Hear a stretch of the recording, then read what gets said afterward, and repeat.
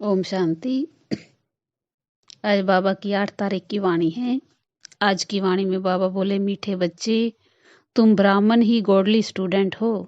तुम्हें बाप ने रचता और रचना का ज्ञान देकर मास्टर जानी जाननहार बनाया है। अभी तुम सब कुछ जान जाते हो। प्रश्न है आज का, दूसरों को समझाने की फलक किन बच्चों में रहेगी? उत्तर, जिनके पास ज्ञान की पूंजी है, जो स्वयं हर बात को समझकर धारण करते हैं, वही दूसरों को फलक से समझा सकते हैं। उन्हें फलक से सबको बाप का परिचय दे, उनसे वर्षा लेने की विधि बतानी है। गीत है आज का, तकदीर जगा कर आई हूँ एक नई दुनिया बसाने। ओम शांति। वास्तव में यह गीत गाने की जरूरत नहीं है, परंतु बहलाने के लिए ये आवाज करना पड़ता है। वास्तव में आत्मा को आवाज करने की दरकार नहीं। आत्मा तो आवाज से परे निर्वाण धाम जाना चाहती है। बहुत बाजे गाजे तालियां आदि सुनकर आत्मा थकी हुई है, इसलिए बाप को याद करती है, हे भगवान मुझे ले जाओ। बच्चे जानते हैं यह बाप हमको समझा रहे हैं। जैसे घर में बाप और दादा दोनों बच्चे बच्चे कहते हैं। दादा ऐसे नहीं कहेगा कि पोतरे इधर आओ, दोनों ही कहेंगे बच्चे इधर आओ। यहाँ तो बाप और दादा, साकार और निराकार, दोनों इकट्ठे हैं। वास्तव में सभी मनुष्य मात्र का यह बाप और दादा है। तो जरूर परमपिता परमात्मा को सृष्टि रचने आना पड़े। तुम्हारा नाम बहुत अच्छा रखा हुआ है, ब्रह्मा कुमार कुमारियां। आबू में भी अधर देवी और कुमारी कन्या के मंदिर हैं। तो एक कन्या तो नहीं होगी ना, जरूर बहुत होंगे। दोनों का अलग अलग मंदिर है। अधर कुमारी किसको कहा जाता, कुंवारी कन्या किसको कहा जाता, यह तो तुम बच्चे जानते हो। यह है शिव शक्तियां। अंदर बहुत बड़ा मंदिर बना हुआ है, बहुत कोठरियां हैं। तो मंदिर भी साक्षी देता है कि कुमारियां और अधर कुमारियां बहुत हैं। चित्र जो बनाते हैं वह भी यादगार है जो होकर गए हैं। जैसे देवी देवताओं के चित्र हैं, जरूर होकर गए हैं। वे विश्व के मालिक थे, अब नहीं है। विश्व के रचता ने ही भारत को विश्व का मालिक बनाया। कैसे? सो प्रैक्टिकल बन रहे हैं। अभी कलयुग है, सतयुग है, एक आदि सनातन देवी देवता धर्म। कलयुग में अनेक धर्म और अनेक प्रजा का राज्य है। तुम बच्चे जब सुनते हो, समझते हो, बाबा यथार्थ रीति ठीक समझाते हैं, परंतु कोई कारणवश हमको धारणा नहीं होती है, इसलिए औरों को भी धारणा नहीं करा सकते। कोई ना कोई विघन है। हम डल स्टूडेंट हैं, बाकी बाप तो बहुत अच्छी रीति समझाते हैं। अनेक मनुष्य, अनेक धर्म हैं। 5000 वर्ष पहले भारत स्वर्ग था। बहुत थोड़े मनुष्य थे। सिर्फ सूर्यवंशी और चंद्रवंशी वह आत्माएं परम धाम से आई थी अपना पार्ट बजाने के लिए। बाकी सभी धर्मों की आत्माएं निर्वाण धाम में थी। अभी अनेक धर्म हैं, बाकी देवी देवता धर्म प्रायलोप है। तो जरूर फिर सतयुग बनेगा। परम पिता परमात्मा को ही आकर स्वर्ग रचना पड़े। भक्त जो भगवान को याद करते हैं, तो उन्हों को भक्ति का फल देने के लिए भी यहाँ आना पड़ेगा। बाकी सबको वापिस मुक्ति धाम ले जाना होता है, और तो कोई वापिस ले जा नहीं सकता। अगर एक भी गुरु गति सदगति का रास्ता जानता हो, तो फिर तो उनके पिछाड़ी लाखों शिष्य भी जाते हैं। उन यात्राओं में से जाकर फिर वापस लौट आते हैं, परंतु मुक्ति धाम से फिर वापस आए ही क्यों? एक को रास्ता मिले तो सबको ले जाएं। अब एक बाप आया है, तुम सबको रास्ता मिलता है ना। सभी को दुख की दुनिया से छुड़ाते हैं, इसलिए उनको लिबरेटर कहते हैं। उस निराकार को आने के लिए शरीर चाहिए, तो नई दुनिया को रचने के लिए प्रजापिता भी चाहिए। रचना यहाँ रचनी है, तो ब्रह्मा भी यहाँ का मनुष्य चाहिए। सूक्ष्म वतन से उतर नीचे तो नहीं आएगा ना। कहते भी हैं अभी ब्रह्मा की रात है, तो ब्रह्मा मुख वंशावली की भी रात है। अब अंत में बाप आए हैं दिन करने। ब्रह्मा की रात पूरी होती है तो बीके की रात भी पूरी होती है। प्रजापिता ब्रह्मा तो ठीक है, वास्तव में सभी मनुष्य आत्माओं का बाप परमात्मा को कहते हैं। सभी उनको गॉड फादर परमपिता परमात्मा कहते हैं। सेंसिबल मनुष्य जब गॉड फादर कहते हैं तो कोई मनुष्य को याद नहीं करते। कोई तो कहते हैं वह ज्योति स्वरूप है, ब्रह्म है। ब्रह्मा विष्णु शंकर को तो ब्रह्म नहीं कहेंगे ना। तो पहले पहले परिचय देना है अपना कि हम बीके हैं। ब्रह्मा को भी परमपिता परमात्मा रचते हैं, फिर ब्रह्मा मुख से ब्राह्मणों को रचा। प्रजापिता है तो जरूर बहुत संतान होगी। इस रीति सीजरा बढ़ता जाता है। ब्राह्मणों का वर्ण बदल सतयुगी देवता बनते हैं, क्योंकि बाप बैठ ब्राह्मणों को राजयोग सिखलाते हैं। बाप कहते हैं तुम मेरे द्वारा मुझे और मेरी रचना को जानने से सब कुछ जान जाते हो, बाकी कुछ जानने के लिए नहीं रहता। इतना बड़ा इम्तिहान पास कर लेते हो, अर्थात मास्टर जानी जाननहार बन गए। गॉडली स्टूडेंट सिर्फ ब्राह्मण ही होते हैं। देवताएं, वैश्य व शूद्र कोई भी गॉडली स्टूडेंट नहीं होते। भगवानुवाच होता ही ब्राह्मणों प्रति है। अगर कृष्ण भगवानुवाच हो तो भी किनों प्रति? जरूर ब्राह्मण चाहिए। तो प्रजापिता द्वारा ब्राह्मण रचते हैं। रुद्र ज्ञान यज्ञ भी ब्रह्मा ही रचते हैं। कृष्ण ज्ञान यज्ञ तो कभी नहीं कहते। तो पहले पहले समझाना है कि हमको पढ़ाने वाला स्वयं परमपिता परमात्मा है, जो ही ज्ञान का सागर है। वही हमारा बाप, टीचर, सतगुरु है। फिर इसमें कोई उल्टा सुल्टा प्रश्न उठने की दरकार ही नहीं। इतने ढेर बीके हैं, कोई एक दो नहीं है। पहले पहले पढ़ाना ही अल्फ है। अल्फ बिगर मनुष्य कुछ भी जान नहीं सकते। उनको समझाना चाहिए कि परम पिता परमात्मा शिव ब्रह्मा मुख द्वारा ब्राह्मण रचते हैं। अकेला ब्रह्मा तो रचता नहीं। यह पॉइंट्स धारण करने की है। बाबा के पास ज्ञान है तो तुमको डिलीवरी करते हैं। तुम हो ज्ञान गंगाएं। सागर तो एक ही है।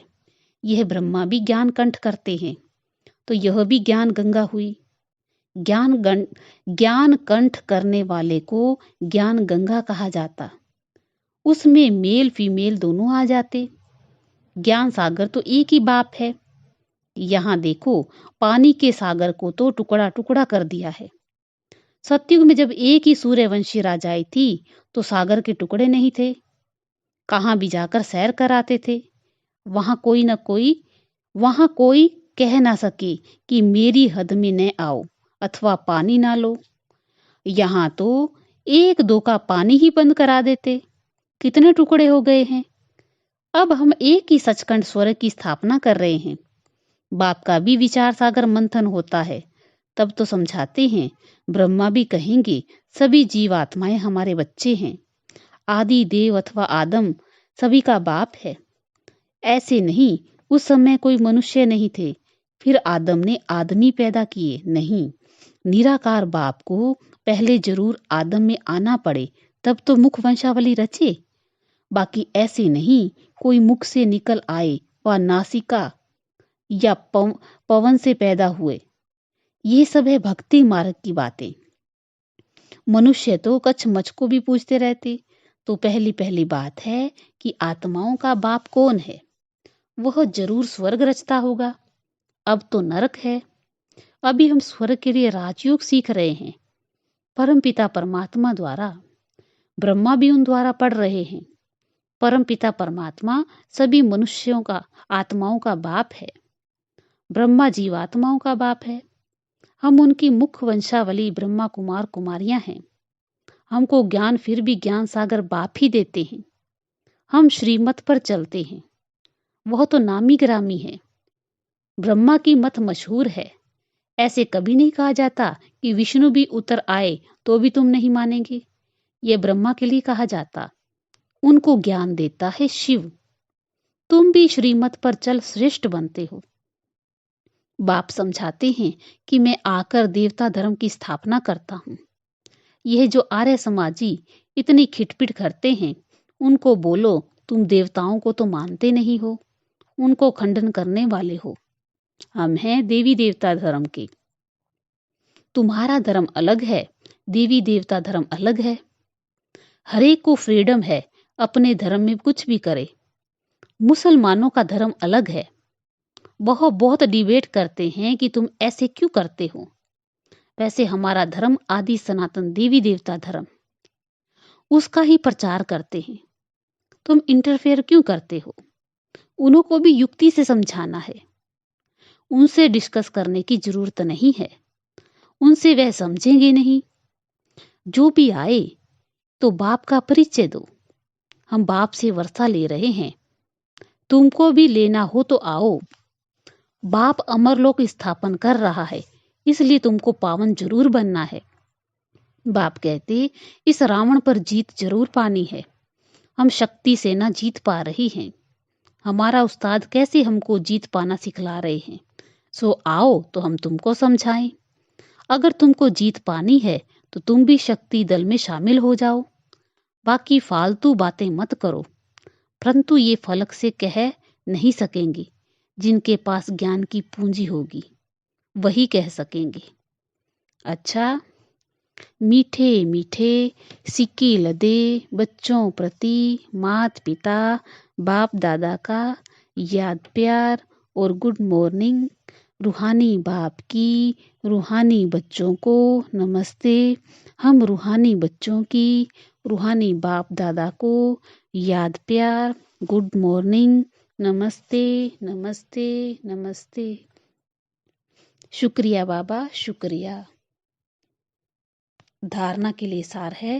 पहला पॉइंट, ज्ञान को कंठ कर मास्टर ज्ञान सागर अथवा ज्ञान गंगा बन पतितों को पावन बनाने की सेवा करनी है।